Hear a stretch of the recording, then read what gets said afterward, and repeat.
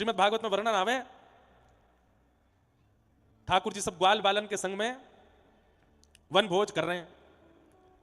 सब ग्वाल बाल छाक लेकर के गए ब्रज में, वन में। छाक समझे? छाक लीला, ठाकुर जी छाक लेकर के गए।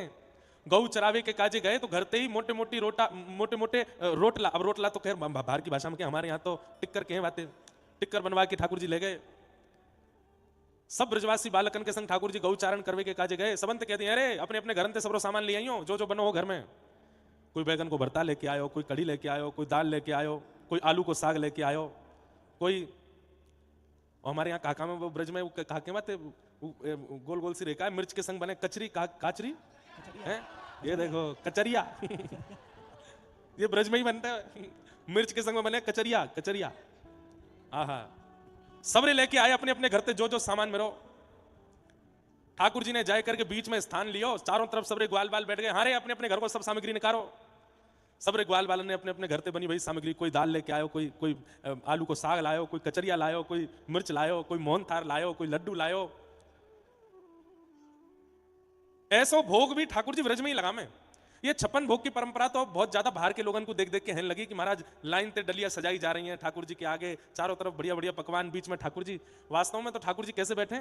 बीच में ठाकुर जी, चारों तरफ ग्वाल बाल, और सबन की सामग्री को ठाकुर जी एक ही रोटी पे धर लें। यहाँ पे कड़ी भी है, यहाँ पे चटनी भी है, यहाँ पे अचार भी है।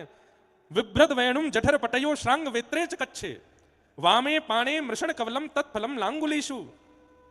श्री शुकाचार्य जी वर्णन करते हैं भागवत में, ठाकुर जी एक कांख में तो अपनी गैया बुरावे वाली श्रृंगी दवा में जाको स्वर निकाल के गैया दौड़ी दौड़ी चली आमे कि गौ धूली बेला है, जो अभी समय है, रोज कितने बज रहे हैं? 5 बज रहे हैं। ये गौ धूली बेला है, या समय ठाकुर जी वह श्रृंगी को नाद करें और सबरी गैया जहां कहीं भी पर्वत पे जंगल में जहां कहूं चल रही हो, सबरी दौड़ के ठाकुर जी के पास आ जाएं और फिर ठाकुर जी सब गैयान को लेके वापस नंद भवन जामे। तो ये गौ धूली बेला है जहां में अभी हम बैठे। तो गैयान को बुरावे वाली श्रृंगी को एक कांख में दबामे, वंशी को एक दूसरी कांख में दबामे, ऐसे बैठे हैं ठाकुर जी। वामे पाणे मृषण कवलम, अपने बाम हस्त में ठाकुर जी ने यशोदा मैया के द्वारा बनाई गई मोटे मोटे बाजरे के, ज्वार के, आटे के टिक्कर ले रखे हैं, और अपने सीधे हाथ में बीच में चटनी है और अलग अलग प्रकार के तत्फलम लांगुलीशु। ये कौन से फल हैं? बोले अचार हैं। एक में आम को अचार है, एक में कचरिया है, एक में मिर्च है, एक में टेटी को अचार है, सबरे अचार ले रखे हैं। और बीच में ठाकुर जी एक बार रोटी खामें, फिर एक अचार चाट लें, और फिर अपने एक सखाते के अरे काले क्या आयो? लाला मैं तो कड़ी पकौड़ी लाऊं, ला खवा। ठाकुर जी फिर वाके आते कड़ी खा लें। अरे तू काले क्या आयो? वो लाला बाजरी खिचड़ी है, बोले तू भी खवा। जो जो सामग्री सब लाए हैं सब ठाकुर जी को पवा में। आहा, वही समय ठाकुर जी ने देखी, अरे ये मधुमंगल कितको गए हो? तब दूसरे सखान ने बताई, लाला बहुत जोर की कड़ी बना के लायो है, कहीं हम सबरे छीन झपट के पा ना लें, पूरी हमारे एकांत में बैठ के खा रहा है। ठाकुर जी बोले अपनों बाद में खाएंगे, पहले आप मधुमंगल ही देखें। चलो सबरे गए तो देखिए एक पेड़ के पीछे बैठ करके मधुमंगल अपने मोहते लगाए करके सबरी कड़ी पी रहा है। ठाकुर जी कहे अरे दारी के यहाँ बैठो है एकांत में, कहीं हम खा नहीं ले, हम तो मांग नहीं ले, हमारे एकांत में बैठो है। मधुमंगल अरे ना लाला ऐसी बात ना है, तो क्या बात है? लाला तू तो बड़े राज घर में रहे, तेरे पिताजी नंदरानी यशोदा नंद बाबा तो राजा हैं, तेरे यहाँ तो रोज नयो नयो प्रसाद बने, सुबह अलग बने, मध्य में अलग बने, रात्रि में अलग बने। हम तो लाला गरीब ब्रजवासी हैं, एक दिना सब जगह ते छाछ मांग के लिया में मैया कड़ी बना दे, वो कड़ी 4-5 दिना तक चले। 5 दिना बासी कड़ी है लाला, खट्टी है गई है कसक, एक बूंद भी तेरी जीभ पे जाएगी ना आंख बंद हो जाएंगी, इतनी खट्टी है गई है। खट्टी कड़ी लाला खावे को माने को नहीं, गरो खराब हो जाएगा, अस्वस्थ हो जाएगा। या हमारे एकांत में बैठ के सबरी खा रहा हूं मैं। ठाकुर जी बोले ने बता तो खट्टी है कि मीठी में देखूंगा। अरे ना ना लाला तू मत खावे, और जल्दी जल्दी मधुमंगल मोहते लगा के सबरी कड़ी पीने लगा। इतने में ठाकुर जी ने रोकी, सबरी पी गए हो, मुकु नहीं छोड़ी, लेकिन मुकु तो फिर भी मिल गई। बोले कहाँ है? वो तेरे होठ पे बन नहीं है ऊपर मूछ कड़ी की, या चाट जाऊंगा। और ठाकुर जी ने जबरदस्ती पकड़ के मोह पकड़ के मधुमंगल को चाट लियो, जितनी कड़ी लगी सबरी चाट गए। और आंख बंद करके बोले खट्टी तो बहुत ही, लेकिन स्वाद है, आनंद आ गए। अब ये तो ठाकुर जी को है प्रेम, लेकिन यह जाने कहां गवार, प्रेम नदिया की सदा उल्टी बहे धार। अरे ठाकुर जी तो ब्रजवासीन के मोहते लगी कड़ी चाट लें, ब्रजवासीन के हाथ पे जो ब्रजवासी पवा दें सब प्रेम से पालें, यह बात को अन्यथा मत लियो। यदि तुम बाहर के उधर बाहर के ब्रजवासी में मेरा कोई भेद ना है, सब ठाकुर जी के, लेकिन ब्रजवासी ने के ऊपर हैं, नेक तो ऊपर ही है। ब्रजवासी चाहे जैसे हो, वो अगर अपने हाथों स्पर्श भी कर देना कोई सामग्री को, तो तो ठाकुर जी वाकू स्वीकार करवे में कोई संकोच ना करें। बोले ब्रजवासी के हाथ आयो भैया, ये तो पानो ही है। ब्रह्मा जी मन में सोचने लगे, राम राम राम जे भगवान ना है सके, ये परमात्मा ना है सके। एक दूसरे के मुंह पे लगी हुई कड़ी ने चाट रहो, ये परमात्मा होगा।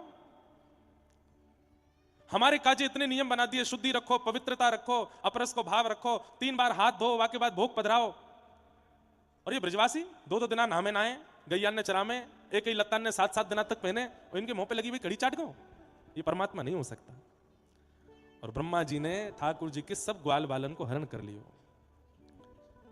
एक भी नहीं छोड़ो ठाकुर जी के पास। मधुमंगल से लेकर के श्री दामा तक और जितने ठाकुर जी के ग्वाल बालन की बछड़ा बछिया सबको हरण करके ब्रह्मा जी ले गए। बंधुओं, ठाकुर जी कोई 10-500 गैयान के बछड़ा ना चरा में, 9 लाख गैया हैं, एक एक गैया के कम से कम 10-10 बछड़ा बछिया हैं। तो सोच लो कितने बछड़ा बछिया ने चरावे जामे ठाकुर जी। करोड़न की तादाद में बछड़ा बछिया हैं, और वो तो ठाकुर जी की हैं। फिर मधुमंगल की अलग, श्रीदामा की अलग, तन सुखा की अलग, मन सुखा की अलग, धन सुखा की अलग, सुबल की अलग।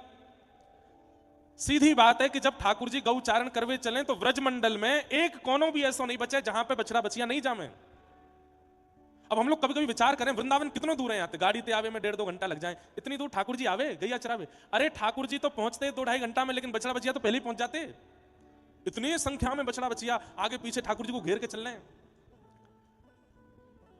ब्रह्मा जी ने जब सबको हरण किया तो ठाकुर जी ही मधुमंगल बन गए, श्रीदामा बन गए, तनसुखा, मनसुखा, धनसुखा, सुबल, तोप, जितने भी ठाकुर जी के सखा हैं सब ठाकुर जी ने ही अपने अंदर से प्रकट कर दिए। और अंदर से प्रकट करने के बाद उनके जितने भी बछड़ा बछिया हैं वो भी स्वयं ठाकुर जी बन गए। ये संपूर्ण लीला क्यों करी ठाकुर जी ने? ताकि व्रजमंडल को एक कोनों भी मेरे चरण के चिन्हन से वंचित नहीं रह जाए। अब लाखों करोड़ों की तादाद में बछड़ा बछिया भी ठाकुर जी बन गए, सखा भी ठाकुर जी बन गए। और जैसे ही ठाकुर जी निकले गौचारण करवे तो संपूर्ण व्रजमंडल ठाकुर जी के चरणन सो शोभायमान है गयो।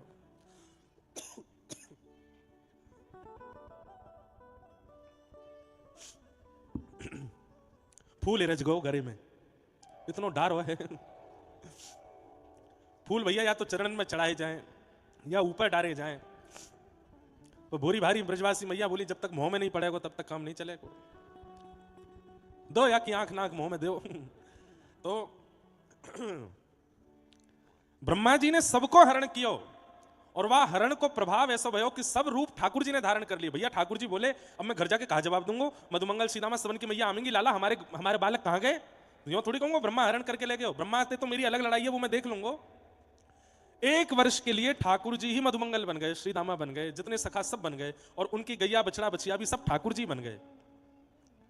और 1 वर्ष तक बछड़ा नहीं चल रहे हैं, बछिया नहीं चल रही हैं, 1 करोड़ ठाकुर जी ही व्रजमंडल में डोल रहे हैं, और एक एक कोने की रज को अपने चरण चिन्ह से आच्छादित कर रहे हैं, पवित्र कर रहे हैं। और केवल चरण चिन्ह से पवित्र कर रहे नहीं, अब बछड़ा बछिया जब कहीं चरे तो अपना मुख लगावे, तो मुख लगाते समय अपनी जीभ निकारें तो जीभ में लगे भाई अधरामृत भी या व्रज के कण में जाके मिल रहे हैं। सब जगह ठाकुर जी अपनी जीभ से घास चाट रहे हैं, तो वास में जीव निकले, और वह जीव के कारण ये पूरी व्रजमंडल की जो रज के कण हैं, इन सबन को ठाकुर जी को अधरामृत मिल रहा है। तो या व्रज की रज की कण में केवल ठाकुर जी के चरण चिन्ह नहीं है, अधरामृत भी है। या हमारे व्रज की रज को लगावे को और पावे को दोनों को विधान है, दोनों। क्यों? अधरामृत है ठाकुर जी को। तो श्रीमद् भागवत प्रमाण दे रही हैं कि संपूर्ण व्रजमंडल की जो एक एक कण की रज है वो ठाकुर जी के श्री चरणन सो और श्री मुखमंडल के अधरामृत सो पवित्र है। या हमारे या रज को माथे से लगाओ, या रज को चित्त सो लगाओ, या रज को श्री अंग सो लगाओ। और वही परंपरा के भाव से, वही भाव के पूर्णता के लिए स्वामी श्री हरदास जी की परंपरा में करुआ में ही जल पिएंगे, मिट्टी के रज के वर्तनन में ही प्रसाद पाएंगे। क्यों? कोई ना कोई प्रभाव से, काल से, स्थिति से रज हमारे भीतर प्रवेश करती रहे, ठाकुर जी को अधरामृत भीतर जातो रहे। ऐसी ये ब्रजमंडल की रज है, और वह रज में आप सब बैठे हो। तो किशोरी जी की चरण रज भी मिल गई, कौनों भी मिल गया हो। अब बस श्याम राधिका गाऊं ये भाव पूर्ण होना है, वो आज से लेकर के 13 तारीख तक चलेगा। श्री किशोरी जी के, ठाकुर जी के मधुर रस, मधुर विलास, मधुर भाव, यही हम सुनते रहेंगे, उन्हीं के भाव में हम लोग प्रवेश करेंगे।